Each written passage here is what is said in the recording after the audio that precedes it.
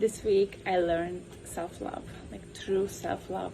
I feel like I encoded happiness into my DNA and just erased any depression I had. So my name is Orsi and this is my second time at Arkana. I feel like I got all the darkness out of me and just sent them towards the light, and I have no more darkness in me. It's just beautiful, and now I feel so light and at peace, and I'm happy.